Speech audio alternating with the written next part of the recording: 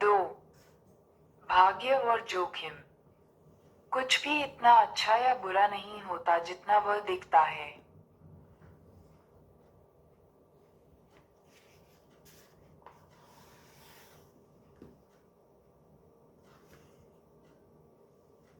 भाग्य और जोखिम भाई भाई हैं। ये दोनों इस वास्तविकता का प्रमाण हैं कि जीवन में हर नतीजा व्यक्तिगत प्रयास के अलावा और अन्य ताकतों पर भी निर्भर करता है। NYU प्रोफेसर स्कॉट गैलोवे का एक ऐसा संबंधी विचार सफलता का आकलन करते समय बहुत आवश्यक है। दोनों, अपनी और साथ ही अन्यों की भी, कुछ भी इतना अच्छा या बुरा नहीं होता जितना वह दिखता है। 0-0। बिल गेट्स विश्व के उस एकमात्र हाई स्कूल में गए जहां कंप्यूटर था। सिएटल से कुछ ही दूरी पर स्थित लेकसाइड स्कूल में कंप्यूटर कैसे आया, ये कहानी अद्भुत है। बिल डूगल द्वितीय विश्व युद्ध में एक समुद्री विमान चालक थे जो बाद में हाई स्कूल में गणित और विज्ञान के अध्यापक बन गए। वे मानते थे कि किताबी ज्ञान बिना वास्तविक अनुभव के काफी नहीं। वे ये भी समझते थे कि कॉलेज में पहुंचने के समय हमें कंप्यूटर की कुछ जानकारी की आवश्यकता होगी। स्वर्गीय माइक्रोसॉफ्ट सह संस्थापक पॉल एलन ने याद करते हुए कहा था। 1968 में डूगल ने लेकसाइड स्कूल मदर्स क्लब से निवेदन किया कि वे अपनी वार्षिक फुटकर बिक्री से होने वाली आय लगभग $3000 से एक टेलीटाइप मॉडल 30 कंप्यूटर लीज पर लें जो टाइम शेयरिंग यानी समय सहभाजन के लिए जनरल इलेक्ट्रिक मेनफ्रेम टर्मिनल से जुड़ा हो। टाइम शेयरिंग का सिद्धांत 1965 में जाकर आविष्कृत हुआ, गेट्स ने बाद में कहा। कोई निश्चय ही काफी दूरदर्शी था। अधिकतर यूनिवर्सिटी ग्रेजुएट स्कूलों के पास इतना अग्रवर्ती कंप्यूटर नहीं था जैसा 8वीं कक्षा में बिल गेट्स के पास था, और गेट्स को उससे बेतहाशा लगाव था। गेट्स 1968 में 13 वर्ष के थे जब वे अपने सहपाठी पॉल एलन से मिले। एलन को भी स्कूल का कंप्यूटर इस्तेमाल करने का बहुत जुनून था, और दोनों मिलते ही गहरे मित्र बन गए।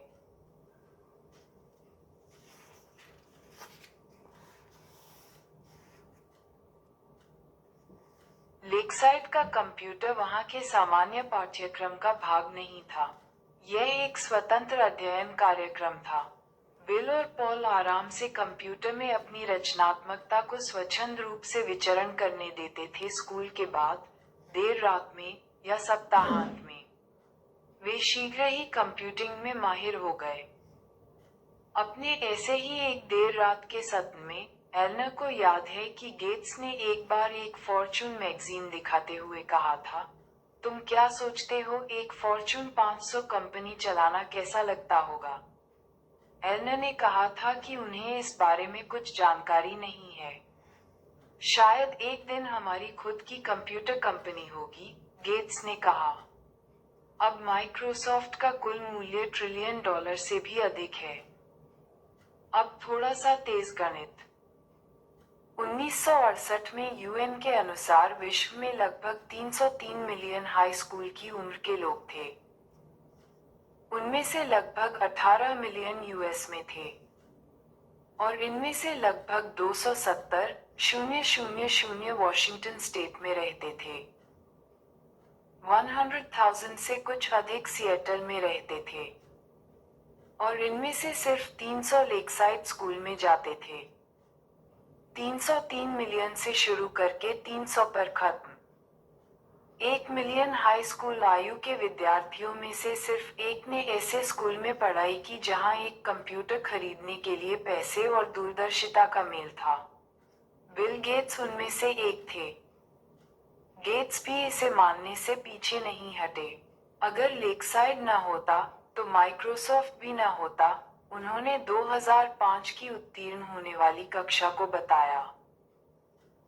गेट्स अत्यधिक होशियार हैं, और उससे भी अधिक मेहनती, और अपनी किशोरावस्था में ही कंप्यूटरों को लेकर ऐसी परिकल्पना रखते थे जो अनुभवी कंप्यूटर अधिकारी भी न समझ पाए। साथ ही लेकसाइड स्कूल में जाने के कारण उन्हें 1 मिलियन में से एक वाली शुरुआती बढ़त भी मिली। अब मैं आपको गेट्स के मित्र केंट इवांस के बारे में बताता हूँ। उसने भाग्य के भाई जोखिम की उतनी ही शक्तिशाली मात्रा का अनुभव किया। बिल गेट्स और पॉल एलनर का नाम माइक्रोसॉफ्ट की सफलता के कारण घर घर में प्रसिद्ध हो गया। लेकिन लेकसाइड में इन कंप्यूटर में विलक्षण प्रतिभा संपन्न हाई स्कूल किशोरों के गुट का एक और तीसरा सदस्य था। बिल गेट्स और केंट इवांस 8वीं कक्षा में घनिष्ठ मित्र बन गए। गेट्स के कथनानुसार इवांस कक्षा में सर्वश्रेष्ठ छात्र था। दोनों हद से ज्यादा फोन पर बात किया करते थे। गेट्स ने इनसाइड बिल्स ब्रेन नामक वृत्तचित्र में याद करते हुए कहा था, मुझे अब भी केंट का फोन नंबर याद है, उन्होंने कहा। 525-7851। इवांस भी कंप्यूटर में उतना ही कुशल था जितने गेट्स और एलना। लेकसाइड स्कूल को एक बार कक्षा की सारणी बनाने में कठिनाई का सामना करना पड़ रहा था। सैकड़ों विद्यार्थियों की कक्षाओं को योजनाबद्ध करना जिससे वे अन्य कोर्स के साथ न उलझें, ये जटिलता का एक भूल भुलैया था। स्कूल ने बिल और केंट को, जो खुद बच्चे थे, ये काम सौंपा कि वे एक ऐसा कंप्यूटर प्रोग्राम बनाएं जो इस समस्या को सुलझा सके। और यह काम कर गया। और पॉल एलनर के विपरीत, केंट भी बिल के समान व्यावसायिक मानसिकता और अनंत महत्वाकांक्षा रखता था। केंट हमेशा अपने साथ एक बड़ा ब्रीफकेस रखता था, किसी वकील की तरह। गेट्स याद करते हुए कहते हैं, हम हमेशा योजना बनाते रहते थे कि हम भविष्य में 5 या 6 साल बाद क्या करेंगे। क्या हमें सीईओ बनना चाहिए? हम किस प्रकार का प्रभाव बना सकते हैं? क्या हम जनरल बन जाएं? या फिर हम राजदूत बन जाएं? चाहे जो भी हो, बिल और केंट जानते थे कि वे जो भी करेंगे साथ ही करेंगे। केंट के साथ अपनी दोस्ती को याद करते हुए गेट्स धीमे से चुप हो जाते हैं। लेकिन ऐसा कभी न हो सका। हाई स्कूल पास करने से पहले ही एक पर्वतारोहण दुर्घटना में केंट की मृत्यु हो गई। प्रतिवर्ष यूनाइटेड स्टेट्स में पर्वतारोहण में लगभग 3 दर्जन लोगों की मृत्यु होती है। और हाई स्कूल में एक पहाड़ पर मरने की संभावना लगभग 1 मिलियन में से एक है। बिल गेट्स ने लेकसाइड जाकर 1 मिलियन में से एक का भाग्य पाया। केंट इवांस ने 1 मिलियन में से एक का जोखिम पाया, जिसके चलते जो वह और गेट्स प्राप्त करना चाहते थे, वह उसे कभी पूरा कर ही नहीं पाया। एक जैसा बल, एक ही मात्रा, बस विपरीत दिशाएं। भाग्य और जोखिम दोनों इस वास्तविकता का प्रमाण हैं कि जीवन में हर नतीजा व्यक्तिगत प्रयास के परे अन्य शक्तियों पर भी निर्भर करता है। वे दोनों इतने समान हैं कि आप एक को सम्मान दिए बिना दूसरे में विश्वास नहीं रख सकते। ये दोनों इसलिए अस्तित्व रखते हैं क्योंकि संसार इतना जटिल है कि आपके 100%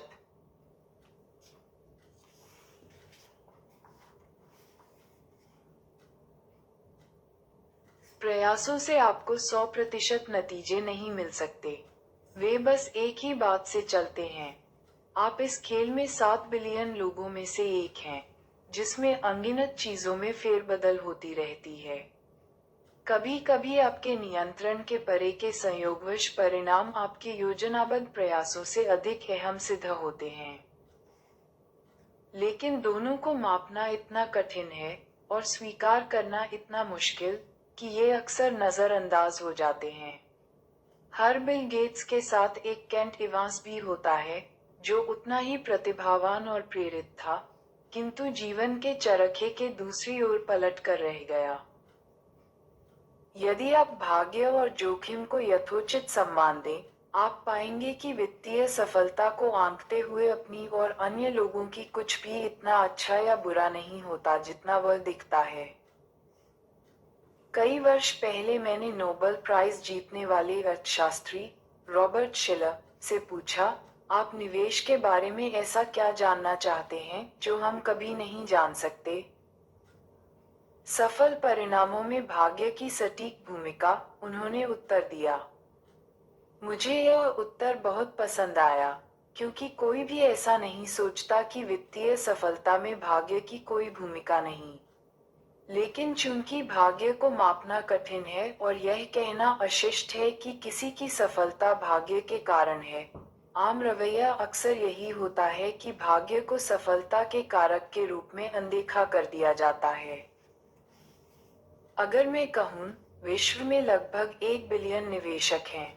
क्या आप सोचते हैं कि इनमें से 10 मुख्यतः भाग्य के कारण अरबपति बन सकते हैं? आप कहेंगे, बिल्कुल। लेकिन फिर अगर मैं आपको उन निवेशकों का नाम लेने को कहूँ, उनके सामने आप शायद पीछे हट जाएंगे। दूसरों को आंकते हुए सफलता का श्रेय भाग्य को देने से आप अशिष्ट और ईर्ष्यालु दिख सकते हैं, तब भी जब हम जानते हों कि यह सच है।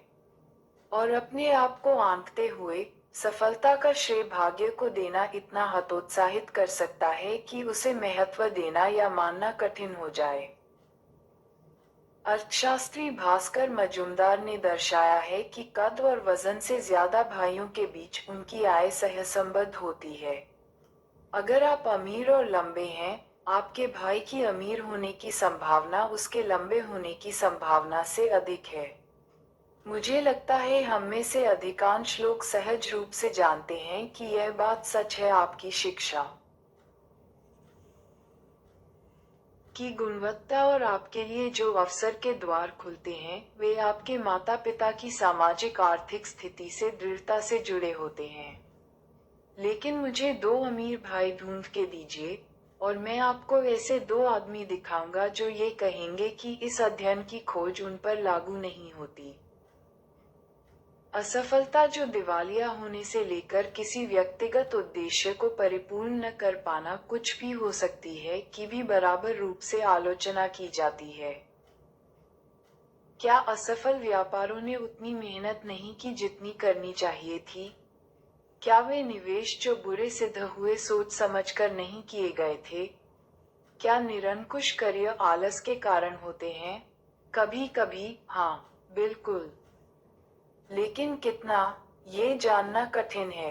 किसी भी योग्य लक्ष्य के अनुगमन में सफल होने की संभावना 100% से कम है, और जोखिम वही है जो जब बीच में आता है जब आप दुर्भाग्य से इस समीकरण के दूसरी ओर जा पहुंचे। ठीक भाग्य ही की तरह, वृतांत कठिन, अस्तव्यस्त और जटिल हो जाता है, यदि हम ये जानने का प्रयत्न करें कि किसी परिणाम का कितना हिस्सा सचेतन निर्णय के कारण था और कितना जोखिम के कारण। मान लीजिए कि मैं एक स्टॉक खरीदता हूँ, और 5 साल बाद भी वह वैसे का वैसा ही रहता है। ये संभव है कि इसे खरीदने का मेरा निर्णय ही खराब था। ये भी संभव है कि मेरा निर्णय अच्छा था और मेरी पैसा बनाने की संभावना 80% थी, और दुर्भाग्य से मैं 20% वाले अन्य छोर पर पहुंच गया। इनमें से कौन सी संभावना सही है, ये कैसे जाना जाए? क्या मैंने एक गलती की, या फिर बस जोखिम की वास्तविकता का अनुभव किया? आंकड़ों की सहायता से यह आंकना संभव है कि कुछ निर्णय समझदारी भरे थे या नहीं। लेकिन वास्तविक संसार में, दिन प्रतिदिन, हम ऐसा नहीं करते। ये बहुत कठिन है। हम सादी कहानियों को वरीयता देते हैं, जो आसान जरूर होती हैं लेकिन अक्सर बुरी तरह भ्रामक भी। निवेशकों और अग्रणी उद्योगपतियों के साथ अनेक वर्ष गुजारने के बाद मैंने जाना है कि किसी दूसरे की असफलता के लिए आमतौर पर खराब निर्णयों को उत्तरदायी ठहराया जाता है, जबकि आप अपनी खुद की असफलताओं को अक्सर जोखिम के बुरे पहलू के कारण हुआ मानते हैं। आपकी असफलताओं को आंकते हुए मैं संभवतः कारण और प्रभाव की एक सीधी सादी कहानी पसंद करूंगा, क्योंकि मैं नहीं जानता कि आपके दिमाग में क्या चल रहा है। आपने एक बुरा परिणाम पाया तो यह आपके किसी बुरे निर्णय के कारण हुआ होगा। ये कहानी मुझे सबसे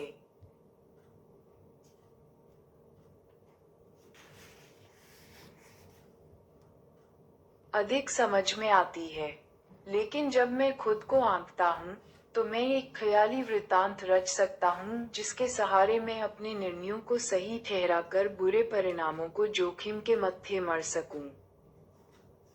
फोर्ब्स मैगजीन का कवर ऐसे गरीब निवेशकों की सराहना नहीं करता जिन्होंने निर्णय तो समझदारी भरे लिए किंतु दुर्भाग्यवश जिन्हें जोखिम का बुरा पहलू झेलना पड़ा। लेकिन यह ऐसे अमीर निवेशकों का गुणगान अवश्य करता है जिन्होंने ठीक ठाक या फिर लापरवाही वाले निर्णय लिए, लेकिन भाग्यशाली निकले। दोनों ने एक ही सिक्का उछाला, लेकिन उसके गिरते समय बाजी पलट गई। इसका खतरनाक पहलू ये है कि हम सब पैसे के बारे में ये जानने का प्रयत्न कर रहे हैं कि क्या काम करता है और क्या नहीं। कौन सी निवेश नीतियां काम करती हैं, कौन सी नहीं। कौन सी उद्योग नीतियां काम करती हैं, कौन सी नहीं। आप अमीर कैसे बनते हैं, आप गरीब होने से कैसे बच सकते हैं। हम सफलताओं और असफलताओं की समीक्षा कर ये पाठ सीखने का प्रयास कर रहे हैं और कह रहे हैं, वही करो जो इसने किया, जो उसने किया उससे बचो।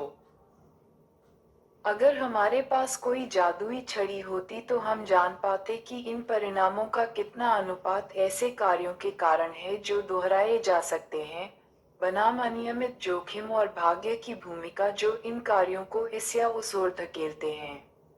लेकिन हमारे पास कोई जादुई छड़ी नहीं है। हमारे पास दिमाग है जिसे अधिक बारीकी के बगैर सरल उत्तर चाहिए। इसलिए उन विशेषताओं को पहचानना जो हमें अपनानी चाहिए या जिनसे बचना चाहिए, बेहद कठिन हो सकता है। अब मैं आपको एक और कहानी सुनाता हूँ, एक ऐसे व्यक्ति की जो बिल गेट्स की ही तरह बेतहाशा सफल था, लेकिन जिसकी सफलता को भाग्य या कौशल से बांधना कठिन है।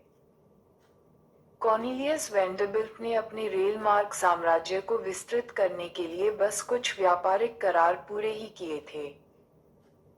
उनके एक व्यवसाय सलाहकार ने आगे झुककर वैंडरबिल्ट को बताया कि हर वह करार जिसके लिए उन्होंने सहमति दी थी, वह किसी न किसी तरह कानून को तोड़ रहा था।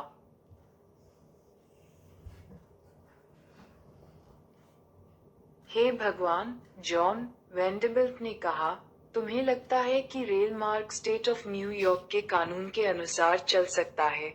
बोलो, क्या ऐसा हो सकता है? 10। इसे पढ़ने के बाद मेरा पहला विचार ये था, इस रवैये के कारण ही वे इतने सफल थे। वैंडरबिल्ट के समय में कानून रेल मार्ग को अनुमति नहीं देता था। इसलिए उन्होंने कहा, भाड़ में जाए, और कैसे भी अपना काम किया। वैंडरबिल्ट बेतहाशा रूप से सफल थे, इसलिए उनकी कानून तोड़ने की आदत जो कुख्यात और उनकी सफलता के लिए निर्णायक थी, उसे ऋषि ज्ञान के रूप में देखना लुभावना लग सकता है। उस बेजोड़ दूरदर्शी ने कुछ भी अपने रास्ते में नहीं आने दिया। लेकिन यह विश्लेषण कितना खतरनाक है। कोई भी समझदार व्यक्ति खुल्लम खुल्ला अपराध को उद्यमी विशिष्टता के रूप में इस्तेमाल करने की सलाह नहीं देगा। आप आसानी से वैंडरबिल्ट की कहानी के अलग तरह से रूप लेने की कल्पना कर सकते हैं, एक नियम विरोधी जिसकी नई कंपनी एक अदालत के आदेश से धराशायी हो गई। इसलिए यहाँ पर एक समस्या है। आप वैंडरबिल्ट की कानून तोड़ने के लिए उतनी ही प्रशंसा कर सकते हैं जितनी आप एनरॉन की इसके लिए आलोचना करते हैं। शायद इनमें से एक भाग्यवश कानून के हाथों से बच निकला जबकि दूसरा जोखिम के छोर पर जा पहुंचा। जॉन डी रॉकफेलर की कहानी भी ऐसी ही है। उनका बार बार कानून की आंखों में धूल झोंकना। एक न्यायाधीश ने एक बार उनकी कंपनी को आमचोर के समान कहा था। इतिहासकारों द्वारा अक्सर शातिर व्यवसाय होशियारी के रूप में दर्शाया गया है। शायद वह था भी, लेकिन वृत्तांत, तुमने पुराने नियम कानूनों को नवरचना के आड़े नहीं आने दिया। से तुमने एक अपराध किया है, मैं कब बदलता है? या फिर वृत्तांत को, रॉकफेलर बहुत प्रतिभावान थे, उनकी सफलताओं से सीखने का प्रयास करो। से रॉकफेलर एक अपराधी था, उसकी व्यावसायिक असफलताओं से सीखने का प्रयत्न करो। में बदलने के लिए कहानी में कितनी फेरबदल करनी होगी? बहुत कम। मैं कानून की चिंता क्यों करूं? वैंडरबिल्ट ने एक बार कहा था। क्या मेरे पास शक्ति नहीं है? उनके पास थी, और उसने काम भी किया। लेकिन उन शब्दों की किसी ऐसी कहानी के अंतिम शब्दों के रूप में कल्पना करना काफी आसान है, जिसका परिणाम बिल्कुल अलग हो। निडरता और लापरवाही के बीच की रेखा बहुत महीन हो सकती है। जब हम भाग्य और जोखिम को उनका उचित लेखा न दें तो वे अदृश्य हो सकते हैं।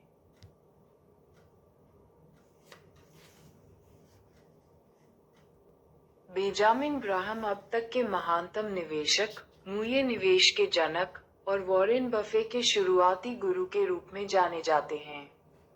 लेकिन बेंजामिन ग्राहम की अधिकांश निवेश सफलता जीईआईसीओ स्टॉक के एक बड़े भाग का स्वामी होने के कारण थी, जिसने उनके खुद के अनुसार हर उस विविधीकरण का नियम तोड़ के रख दिया जिसे ग्राहम ने खुद अपने प्रसिद्ध मूल ग्रंथों में लिखा था।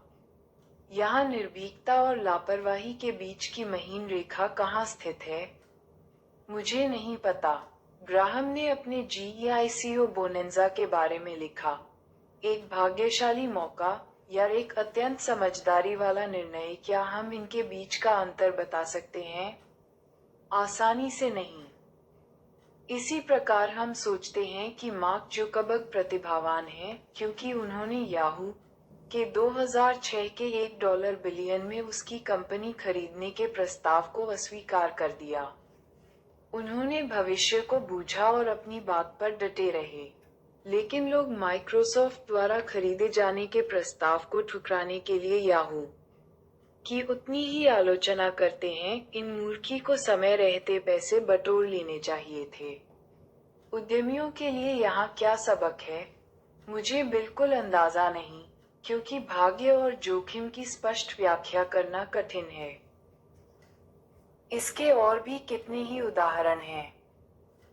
अनगिनत सौभाग्य और सफलताएं लीवरेज का परिणाम हैं।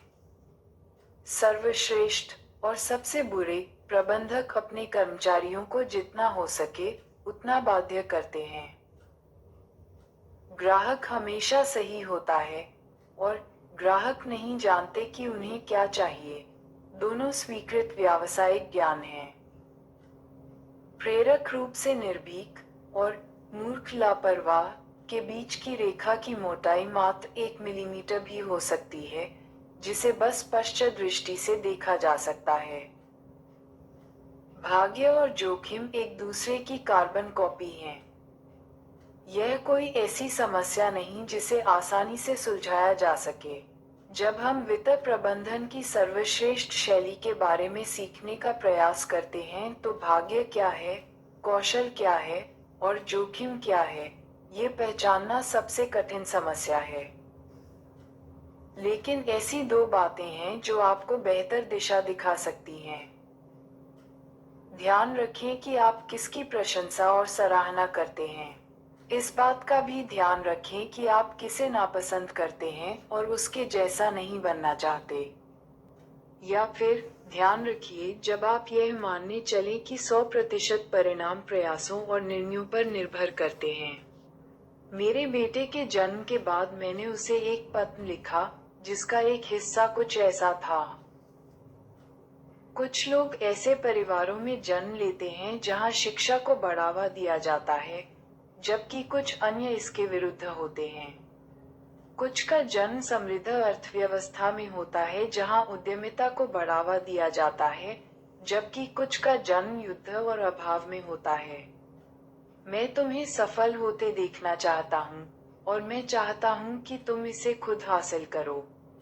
लेकिन याद रखो कि सफलता हमेशा मेहनत के कारण नहीं मिलती, और गरीबी हमेशा आलस के कारण नहीं होती। जब तुम दूसरों को और साथ में खुद को आंकने लगो, ये हमेशा ध्यान में रखना। इसलिए व्यक्ति विशेष और केस स्टडी पर कम और व्यापक प्रतिमानों पर अधिक ध्यान दें।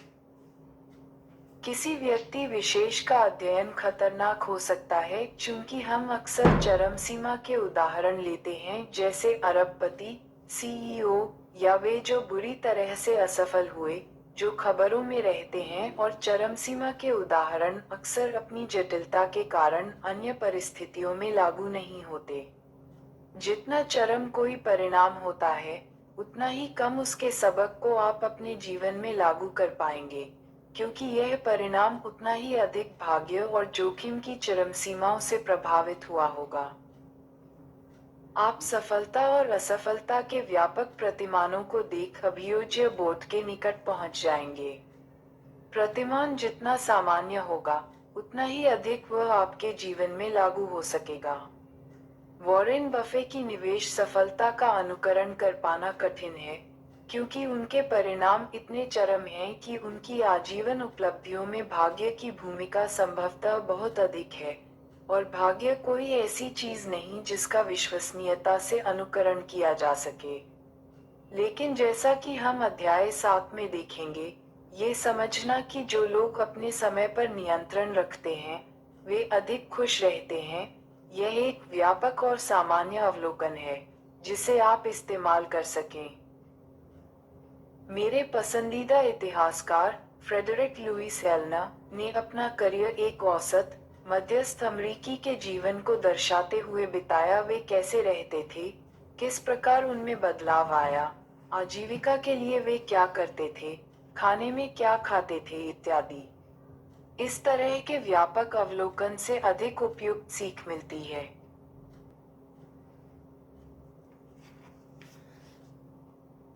बजाय उन चंद अतिशय शख्सों के अध्ययन से जो हमेशा खबरों में रहते हैं। बिल गेट्स ने एक बार कहा था, सफलता एक खराब शिक्षक है। बिल गेट्स ने एक बार कहा था, सफलता एक खराब शिक्षक है। ये होशियार लोगों को ये सोचने को लुभाती है कि वे कभी हार नहीं सकते। जब सब बहुत अच्छा चल रहा होता है, समझिए कि यह इतना अच्छा भी नहीं जितना आपको लग रहा है। आप अजेय नहीं हैं, और यदि आप यह मान लें कि भाग्य ने आपको सफलता दिलाई है, तो आपको इसके दूसरे भाई, जोखिम, में भी विश्वास करना पड़ेगा, जो आपकी कहानी को तुरंत पलट सकता है। लेकिन इसे दूसरी दिशा में देखा जाए, तब भी यह मान्य है। असफलता भी एक खराब शिक्षक हो सकती है, क्योंकि यह होशियार लोगों को यह मानने के लिए मजबूर करती है कि उनके निर्णय बहुत बेकार थे, जब कभी वे जोखिम की निर्मम वास्तविकता का सामना करते हैं। असफलता का सामना करने की तरकीब ये है कि आप अपने वित्तीय जीवन का इस तरह से प्रबंधन करें कि एक बुरा निवेश या एक अपूर्ण वित्तीय उद्देश्य आपको पूरी तरह से न झकझोर दे, और आप फिर से भाग्य आपके पक्ष में होने तक आगे बढ़ते रहें। लेकिन और भी महत्वपूर्ण यह है कि जितना हम सफलता में भाग्य की भूमिका को मान्यता देते हैं, जोखिम की भूमिका का आशय यह है कि हमें खुद को माफ करना सीखना चाहिए, और साथ ही दूसरों की असफलताओं को आंकते हुए उन्हें समझने की कोशिश चाहिए। कुछ भी इतना अच्छा या खराब नहीं होता जितना वह दिखता है। आइए अब ऐसे दो व्यक्तियों की कहानियों पर नजर डालें जिन्होंने अपने भाग्य को बाध्य किया। Thank you.